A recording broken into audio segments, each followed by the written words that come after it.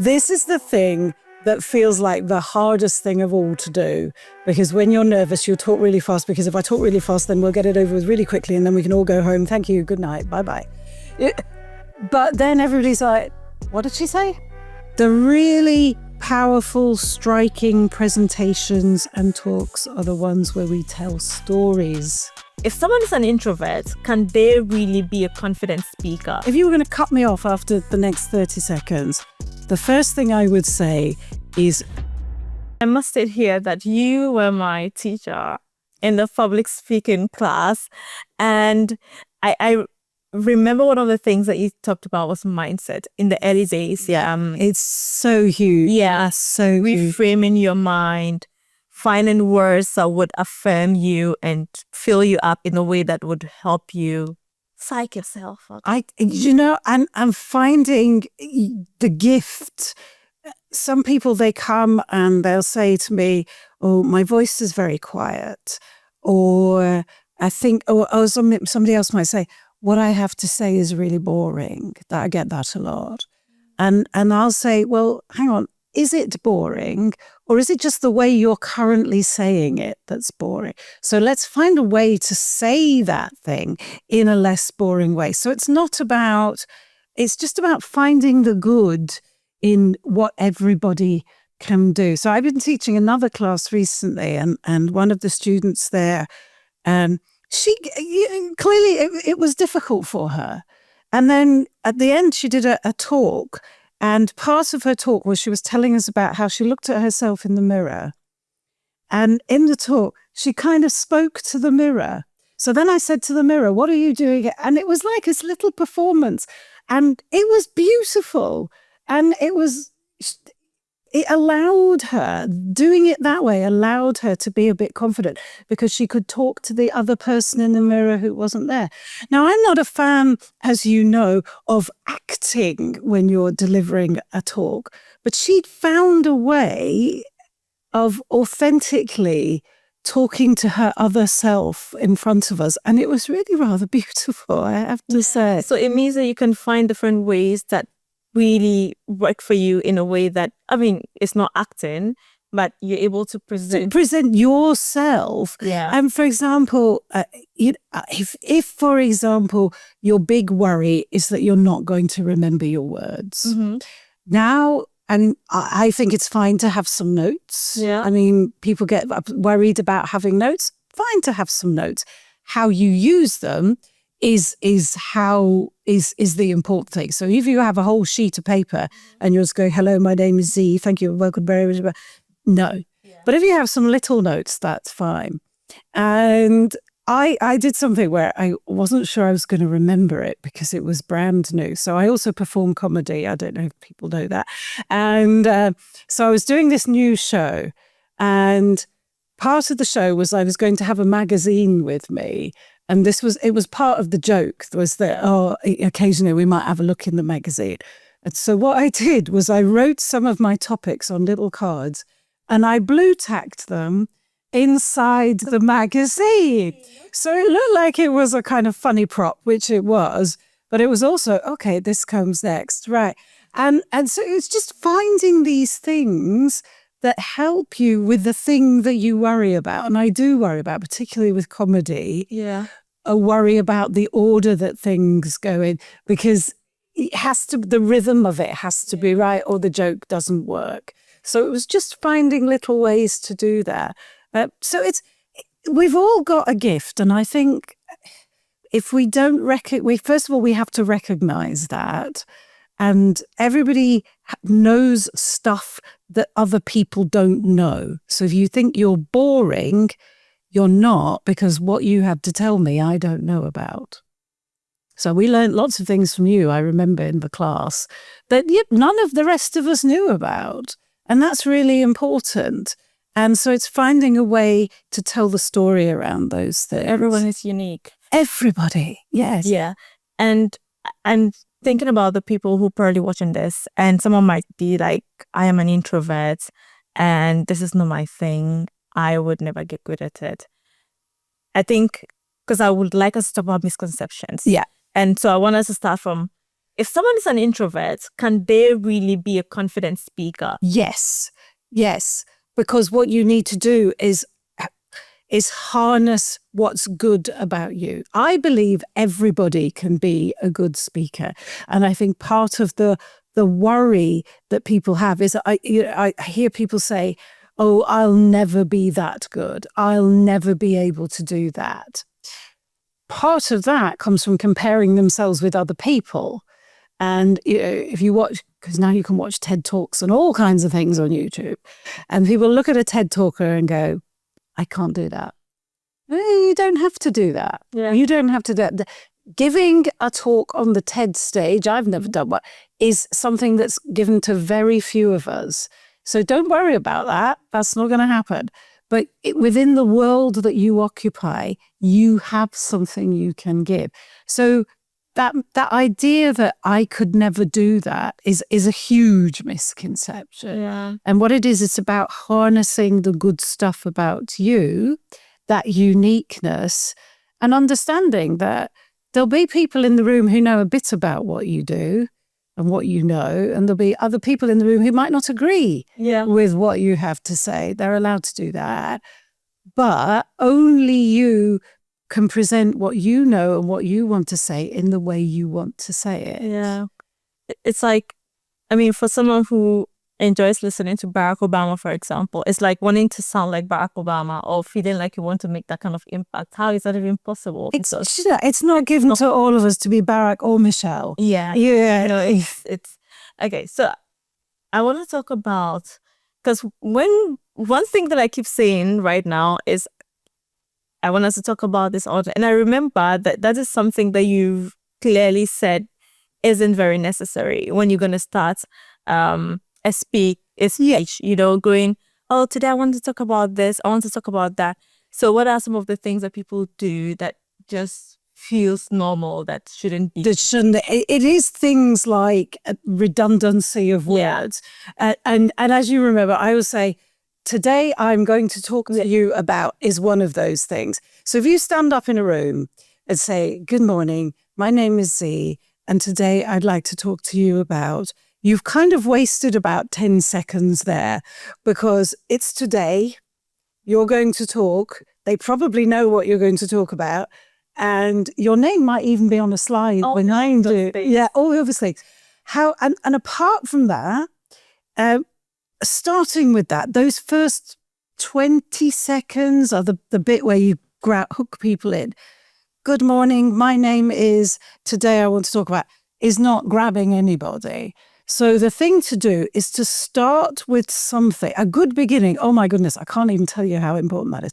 A good beginning kind of reels people in the nicest way. So you start with something impactful. Did you know that 25% of all adults in the UK, whatever, I think I told you guys the story about, I had a guy I was working with who wanted to talk about literacy, and something like, it's a huge percentage, like 30% of UK adults, so I might be wrong there, so please don't quote me on that, can't read well enough to read the instructions on a packet of paracetamol. Wow. So that was his message. So instead of saying, hello, my name is John, I want to talk to you about literacy, what we worked on was him actually beginning by reading the instructions on a packet of paracetamol and saying 30% of UK adults can't do that. And now you're like, okay, whoa, what's this? Yeah, that's a disregard. My name's John, and I want to talk to you about the state of adult literacy in the UK today. And so you've done your little bit of attention grabbing. You tell us who you are, and then you carry on. And I think that's a really good technique, because those first 20 seconds, 30 seconds, if you don't get them straight away, it's hard to win people over when few seconds in they thought, actually, I think this is going to be boring. Yeah. So if someone's preparing for a speech, maybe it could even just be a presentation over, and they're watching this video hoping that will be the solution. Some doubted. First, I think that there's some the first thing, if you were going to cut me off after the next 30 seconds, the first thing I would say is speak slowly. Yeah. Because this is the thing, and I'm doing it deliberately now. This is the thing that feels like the hardest thing of all to do, because when you're nervous, you'll talk really fast, because if I talk really fast, then we'll get it over with really quickly and then we can all go home. Thank you. Good night. Bye-bye. But then everybody's like, what did she say? What? And so you haven't got your message across. And then you think, you see, I was boring. So that's just reinforcing all that stuff in your head that told you you can't be a good speaker. So the thing to do is to slow down, because slowing down helps your brain to be doing something else whilst your mouth is saying some words. And your brain is going, okay, this is what's coming next. I'm feeding it down. Okay, here it comes. And out it comes. So you can it's almost a little bit of multitasking, whereas your brain is feeding you and your mouth is saying the words. And your brain is feeding as you're saying something else. Yeah. And if you speak slowly, you remove the need for filler. So,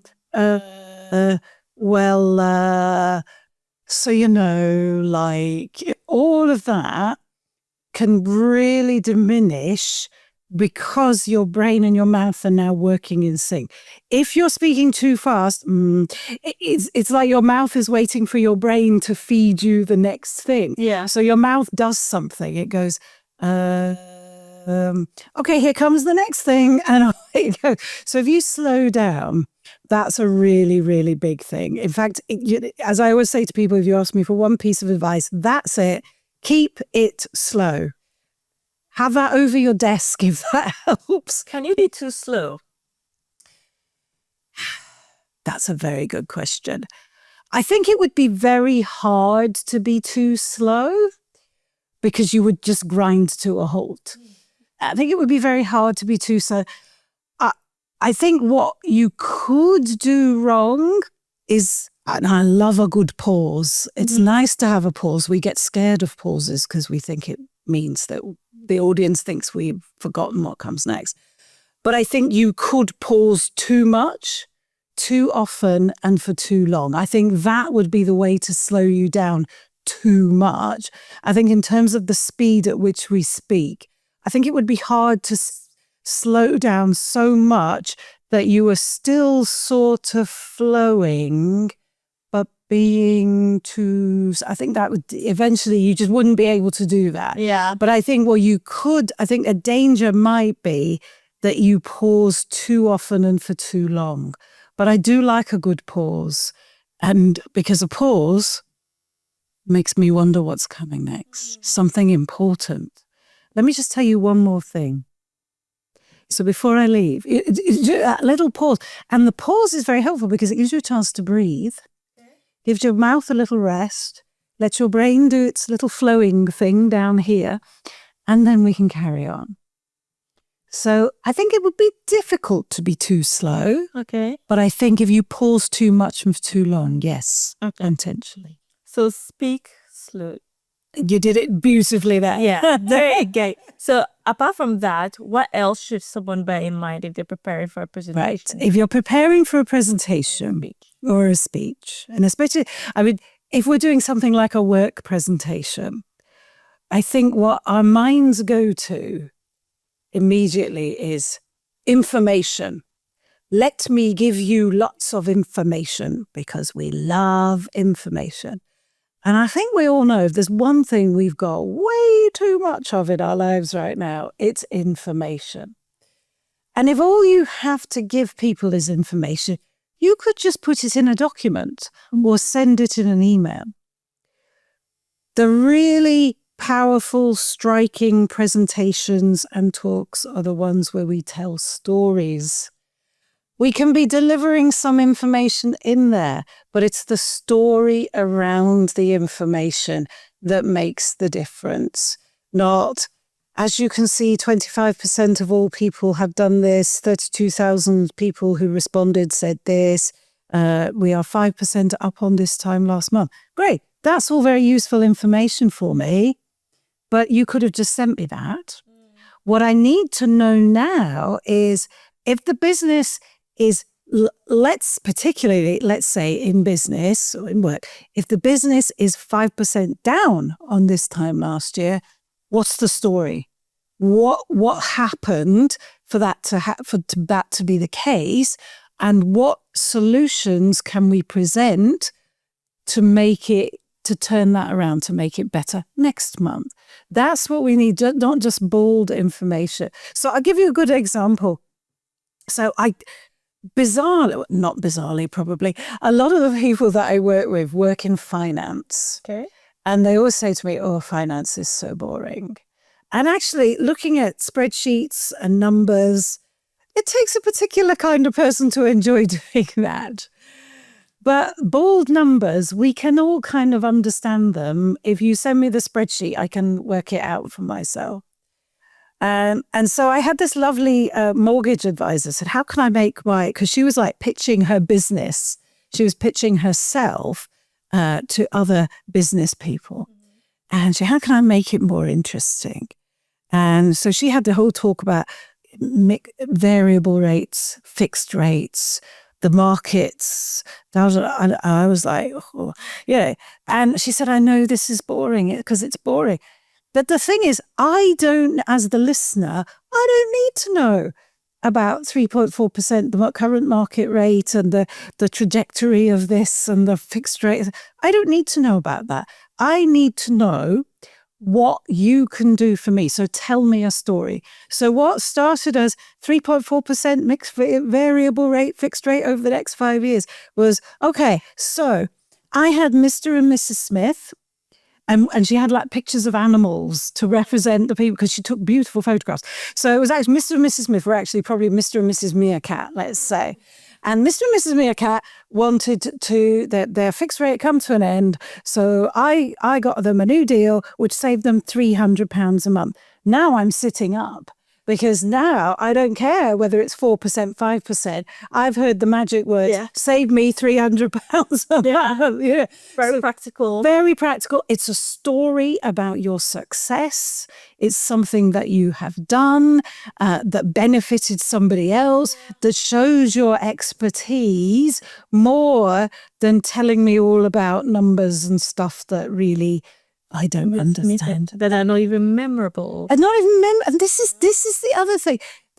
Because we worry about, so you want to prepare a nice presentation for work, but you're worried that you're not going to remember it. So what do people do? They get out their PowerPoint, and to show the information, they put it all on the slides in bullet. We've been in those presentations, right? And every single word they're saying is on the slide. Oh, to read. They read this. Let's all read the slide together. Do you know what? Print off the slides, give them to me, and I'll read them myself. You don't need to do that. And the reason people struggle to remember some of this information because it's too much. Yeah. And if you're the expert and you can't remember it, think about me. I'm not an expert. I ain't going to remember any of it. But our inclination is to go to information. Because A, we think that's what people want. B, we think that gives value. If I give you loads of information, I'll have given you good value. And C, if we move away from information, that means we have to talk about, this is very un-British and a bit icky, feelings, thoughts, emotions. So if I say I believe or I feel and you don't agree with me, that's a very vulnerable thing. And so if we stick to information, there's no vulnerability. Oh, that's really interesting. I feel like it's a very interesting thing, and I think it's something we don't think about. Because if you take away the feelings and the emotion, then it's just very fact, and everything is just presented matter-of-factly, and we don't have to be emotionally invested in it anyway. But the great thing, because we live in a world where AI is taking over everything, and the great thing about people is they bring those uniquely human qualities, those emotions to it. And so, say, for example, my guy with the literacy, he's angry about this. He's worked with these people. He's angry. I mean, not shouting angry, but, you know, he feels very deeply about it. And it's important for him. And so that's the point of view he's going to take. Yes, he's going to tell us that 30% of people can't read properly. This is very helpful information. By the way, don't rely on that fact, because it was a long time ago. It's a shockingly high number. But from that fact, that one piece of information, he's going to talk about solutions and what he feels should be done and how sad it is and the stories of people he's met who can't read properly. And so now we've come to a story and all we've had is one piece of information. Yeah. But it's a piece of information you and I will know and will think, wow, that's really shocking. Yeah. So we'll definitely remember. Yeah, exactly. Although I haven't fully read. I think it is 30. I'm pretty sure it's 30. But as I say, this was a few years ago now. But I was shocked at the time. And so what he's doing is bringing feelings in. And, you know, saying with my mortgage lady, we're all worried about the family budget and how we're going to finance. You know, with the cost of living crisis, it just rings in our ears. And somebody says to you, I can help you with that. I can make a difference to your family budget. Yeah, this is amazing. This is what I take away. I mean, if I were even like dozen of, I'd be wide awake. I'd be like, yeah, exactly. £300 a month multiplied by 12, that's £3,600 a year. Suddenly it's like, we can take the kids on holiday to an amazing place. All that stuff that personalizes it. We need information. We like information. And neuroscience has taught us that when we get a new piece of information, it sets off dopamine, the happy chemical, so because it makes us feel a bit clever. Yeah. And because you can come home now and tell everybody, oh, you know, I learned a new thing today. But if I give you 20 facts, which one are you going to go home and go, hey, guess what I learned? You won't remember any of them. So information, keep it to a minimum. I'm a great believer, as you know, in the rule of 3. You know, 3 is a really good rhythm. Just give me 3 pieces of information. That's enough. And if you need more, if people are asking for more, they can ask you at the end. We can have a Q&A. But if you can distill what you want to say to 3 pieces of information around which there are illustrative stories, I think that's much better than. And here on slide 47, you must see.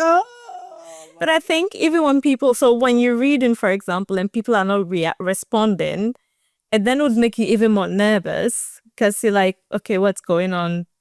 People are probably on their phones or not paying attention. No. Listen, so a key part of it is storytelling. Totally. And bringing yourself to the party.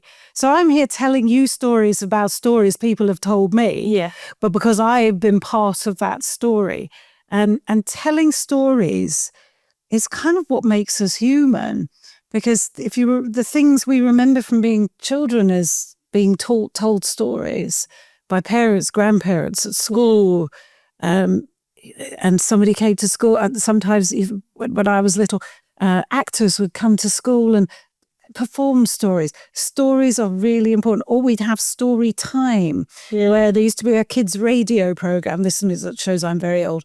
There was a radio program specially for schools, and so we'd stop, and everybody would sit around the radio at school and listen to the story. It tells you how universal that is, because when I was young, back home in Ghana, we also had lots of different ones, and there was one on TV called By the Fireside. Oh, isn't that wonderful? So they just have children sitting by the fireside with maybe a grandma telling them a story, and that's a very memorable story. It's because that is kind of that whole fireside idea is kind of how we came together as communities before the written language. People would sit around and tell stories, and that has gone on through the ages. We've got the written word now, but the idea of grandma telling you the story, even if she's reading it from a book or something. Or people will tell you a story and they do all the voices. And you remember this stuff. and it sits with you. And I think we kind of, as we get older, we tend to lose that sense of creativity and playfulness and being able to tell stories that might be fun or enthralling or make people sit up. Because we get adults and we have to be serious. Very serious. Imagine working in finance. You want to do like very serious. Imagine. Actually, somebody in the last class that I did, the one that you did, the last version of that class, she worked obviously in banking, and it was a struggle. She talked about the struggle, being in a very specific environment, and the fact that if I brought humor to it, people would be like, "What? She lost the plot," But we do need to bring some humor into it, because the story, the humor, and humor only needs to be a smile. It doesn't have to be, It's what connects us, because we're people. Nobody's connected to a spreadsheet. Yeah. Or bullet points on a slide. Yeah. We're connected to each other by stories. So don't be afraid to tell a story. 100%.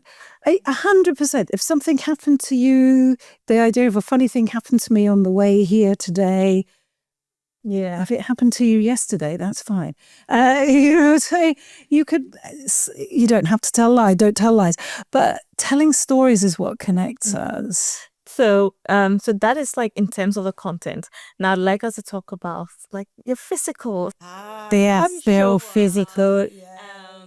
So, because you spoke a lot about body language and so important, and how it's not just about, it's also about how you feel. So we talked about poses, so like the Superwoman pose. Yeah, people like to show up on stages or whenever they're making a presentation.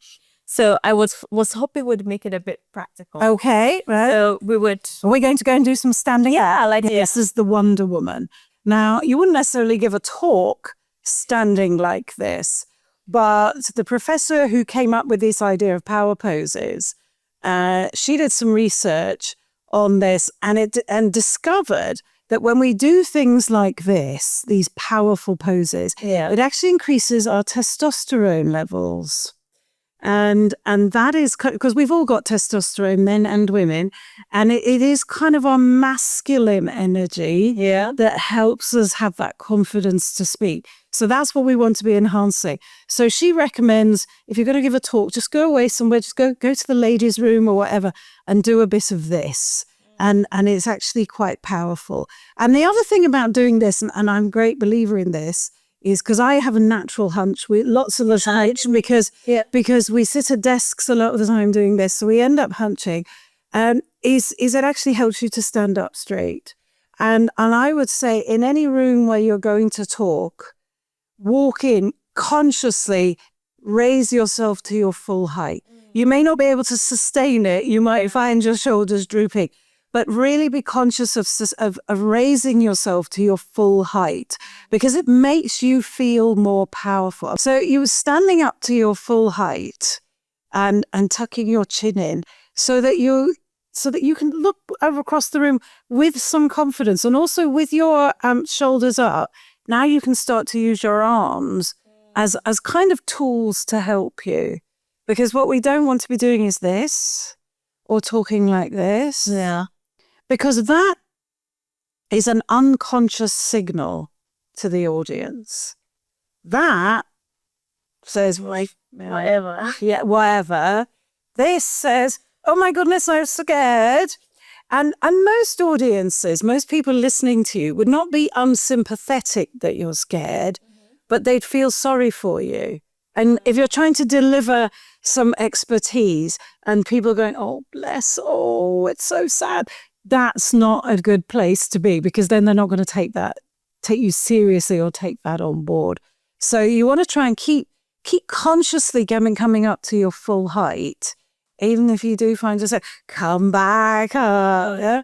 And so the body language is really important to establish that you look confident, even if inside you don't feel it. It actually gives off a good signal that you're confident, you've got something important to say, and the audience subconsciously is going, okay, I'm going to listen to this. And using your arms are very helpful because that's inclusive. So I often do this, and I noticed you doing it when you were sitting down as well. It is, some people don't do it naturally. I do it naturally, and it's very inclusive. And it's sometimes referred to as lover pose because it's like, oh, come and have a hug. And so it's being inclusive. And so what I often do is if I'm referring to the audience, I say you, I put my hand out, not the finger, put my hand out like that. If I'm talking about me, I might do this so that the hands are actually they're doing some of the talking, Isabel. But you'll notice, I know we're in a small place, that we haven't walked around. And that's something because when we're nervous, we'll do this and we'll walk around, and then that looks nervous as well. So when we're nervous, you just have to remember to just try and stay still as much as possible. So less movement. Less movement of the legs. Yeah. Keep it nice and fluid above, using your hands and your arms, but keep them open. Don't do that. Yeah, keep it from here, which, if you're standing up straight, that should be much easier. But if you're hunching, it's hard to do that. So you end up doing this. And just, don't walk around too much so that when you do need to walk around for emphasis, it means something. Oh, this is really good. So for anybody who is planning a presentation, remember the power pose. The power pose. And also use your hands. Use your hands. And don't linger around too much. You wouldn't be able to really show emphasis when you actually. Exactly. Because there's no sense of variation of and it's the same with your voice as well. So when if your voice is always, shall we sit down again on it?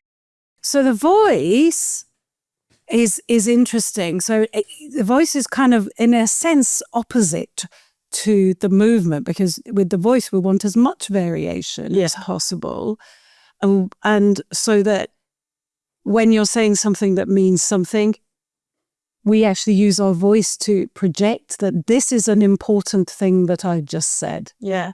But if you're talking in the same level the whole time like this, and I actually heard people say things like, I'm really excited to tell you this thing, in the same tone as they told me something that they were really not very excited about at all. Because your voice also, it communicates a lot. And I think you probably remember I talked about the theory being that body language communicates the most, followed by tone, followed by the words that you say, being the smallest part of any talk or presentation. I think words are really important, and I think to say, they're not as important, I think is diminishing them a bit. But I do think the tone in which you deliver is very important. I actually know somebody, sometimes I do a lot of business networking to try and get more work. And I've been to meetings where people have kind of shouted, I want you to know that this is what I do for a living. And it comes across as a kind of confidence, but there's no variation in tone. It's just, this is what I do for a living. It's like, oh no.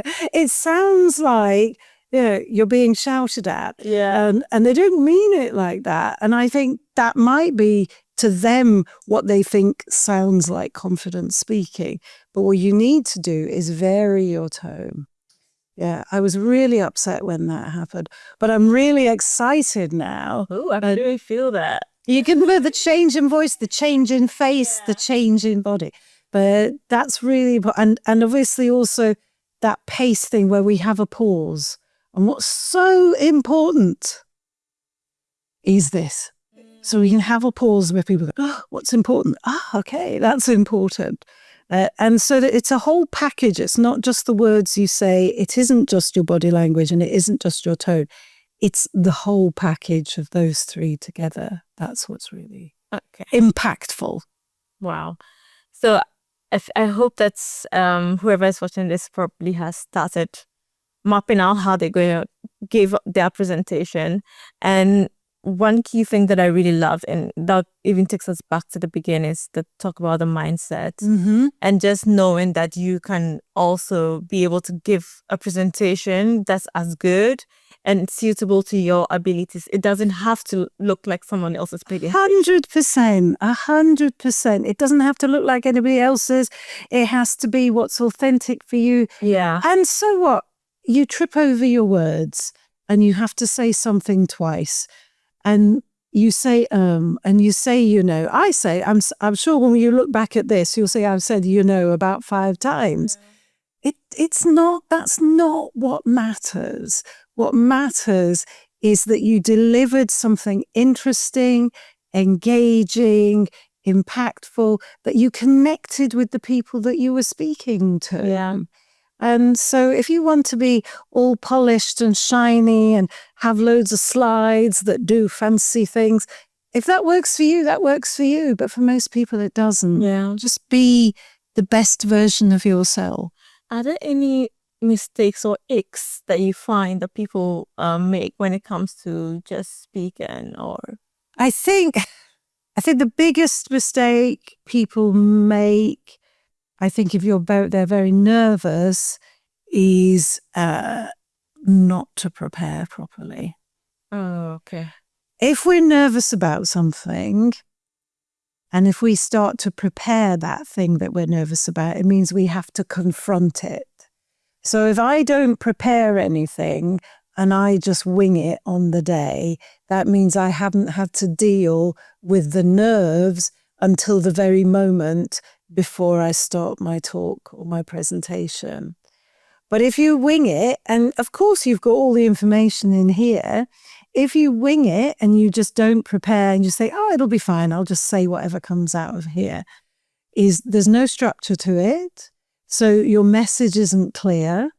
And also you can't be present in the room because you're thinking about, oh, what should I be saying? Shall I say this? I don't know.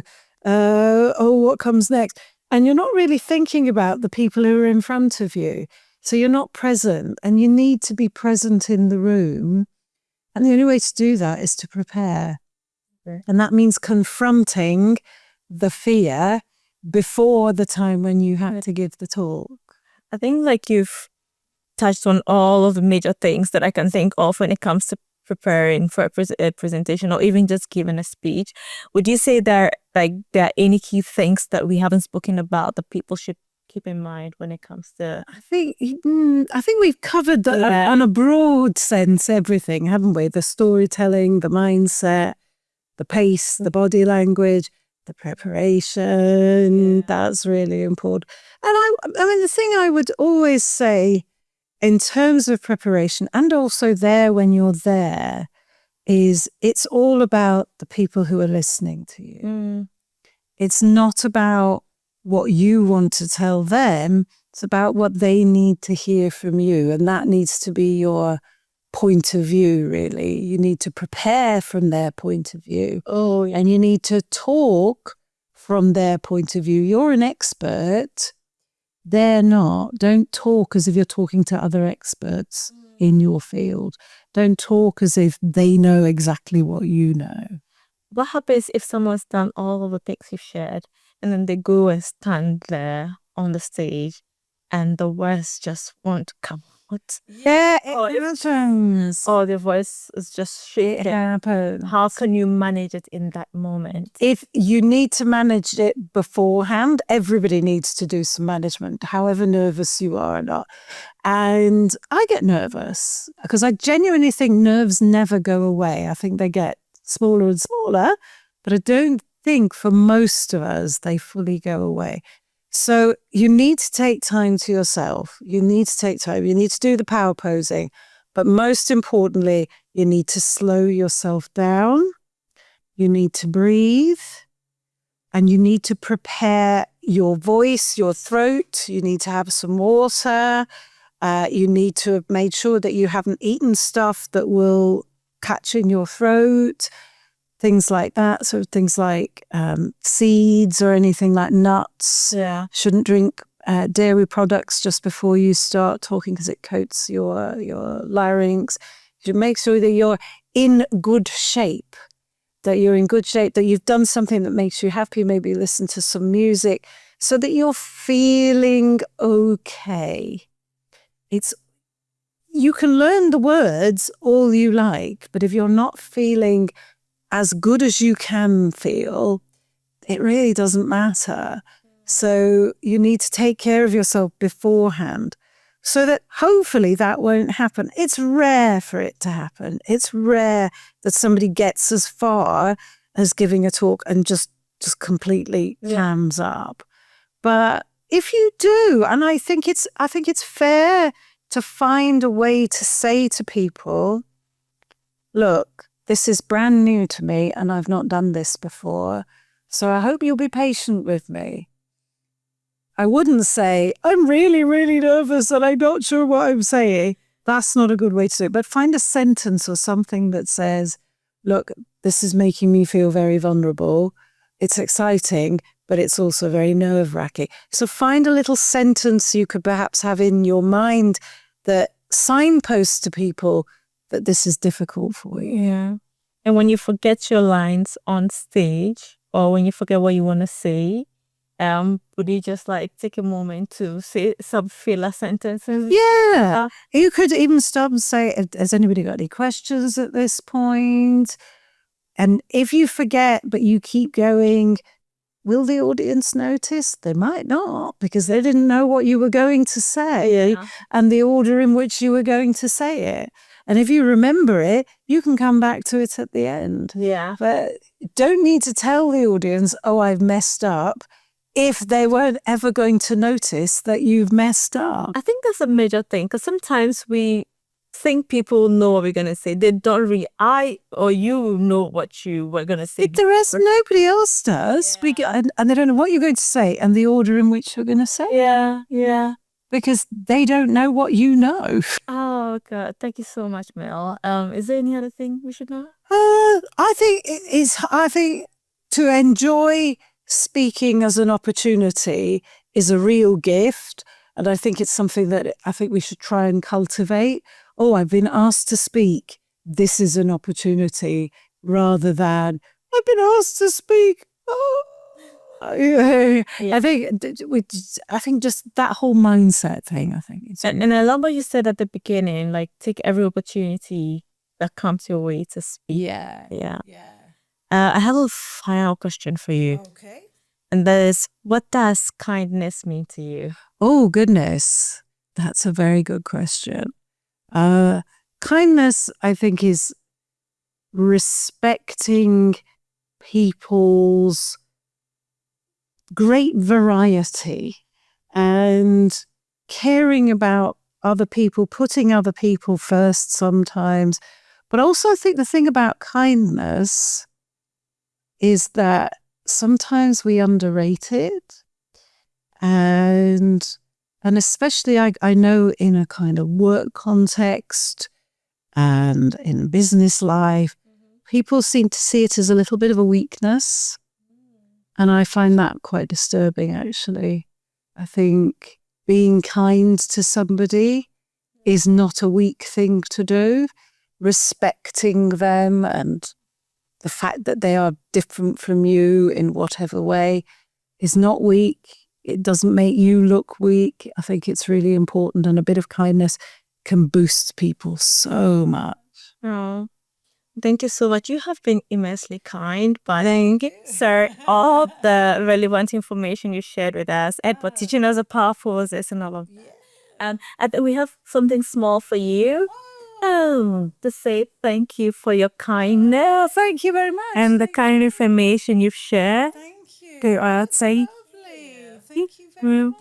And finally, where can people reach you or learn more about you? Yeah, so I have a website, melbyron.co.uk, that gives you an insight into all the different types of coaching and teaching I do.